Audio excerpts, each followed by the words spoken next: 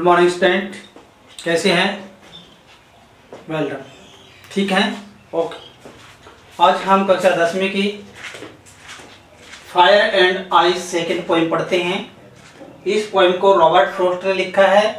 Robert Frost एक American लिटरेरियन है। American literature में इंग्लिश में लिखते हैं और अमेरिकन पोइट हैं। देखिए इस पोइम में क्या कहा गया है। Some say the world will end in fire।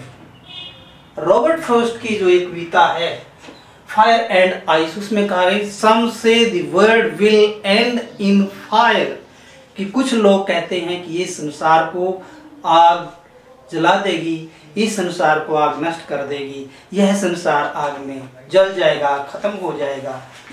Some say in ice, कुछ लोग कहते हैं Some say in ice, ये संसार बर्फ से नष्ट हो जाएगा।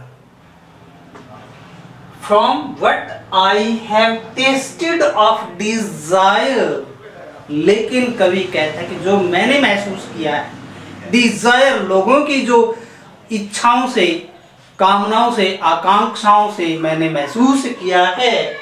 I hold with those who favor fire, मैं उन लोगों के साथ हूं जो फायर का, जो आग का पक्ष लेते हैं।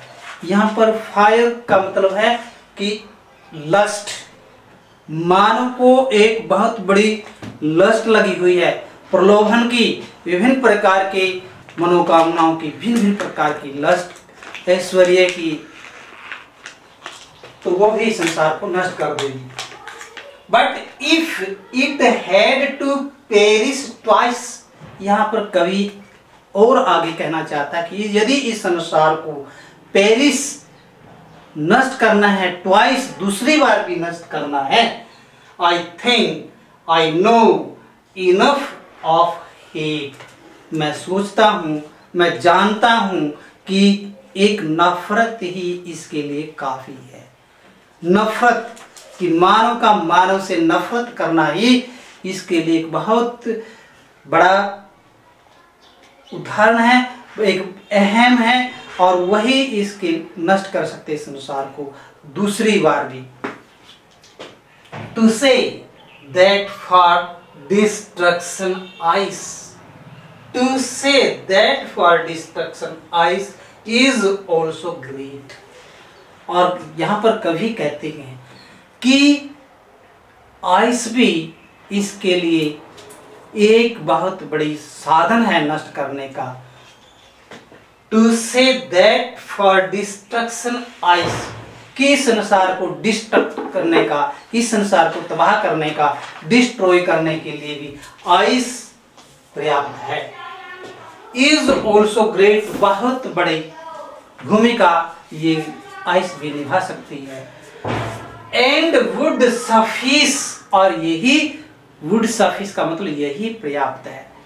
देखिए कि आगे fire and ice is a highly symbolic poem. Highly symbolic poem, symbolic मतलब प्रतीकात्मक कविता है। ये संकेत देती है, हमें इशारा करते हैं संसार को नष्ट होने से बचाने के लिए।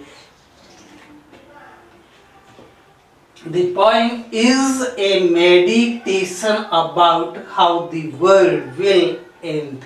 ये संसार को कैसे नष्ट होगा, ये पोएम एक मेडिटेशन, एक विचार प्रदान करती है, एक सोच पैदा करती है। The poet says that the fire of lust and endless desire, fire of lust, की जो लस्ट है, जो प्रलोभन है, जो आग लगी हुई है मनोकामना की, विभिन्न प्रकार की जो लस्ट है, एंड एंडलेस डिजायर, और न समाप्त होने वाली जो इच्छाएं हैं, एंड आइस ऑफ हेटर्ड, और जो आइस ऑफ हेटर्ड है, जो ठंडे रिश्ते हैं, जो एक दूसरे के नफरत, घृणा है, among the human beings will put this word to an end, जो मानव के बीच में कोड रिलेशन है, नफरत है, वैमनस्य है, ईर्ष्या द्वेष है, वो भी इस संसार को एक दिन नष्ट कर देगी। ऐसा कवि रॉबर्ट फ्रॉस्ट इस कविता में फायर एंड आइस में कहता है।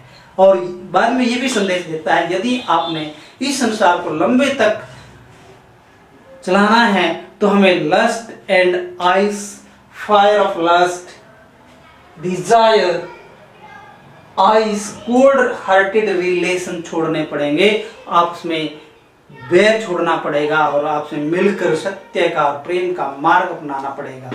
तो देखिए कुछ डिफिकल्ट वर्ड है, 2 3 4 इसमें। PERIS, पेरिस में डिस्ट्रॉय, नष्ट करना, डिस्ट्रक्शन ऑफ एनीथिंग, किसी भी चीज को नष्ट करना है। तो यहाँ पर कवि ने फायर एंड आइस के द्वारा इस संसार के नष्ट होने की बात की है। Favour, take the side, favour का मतलब किसी का पक्ष लेना, साइड लेना। सफिस, सफिशिएंट, पर्याप्त, इनफ,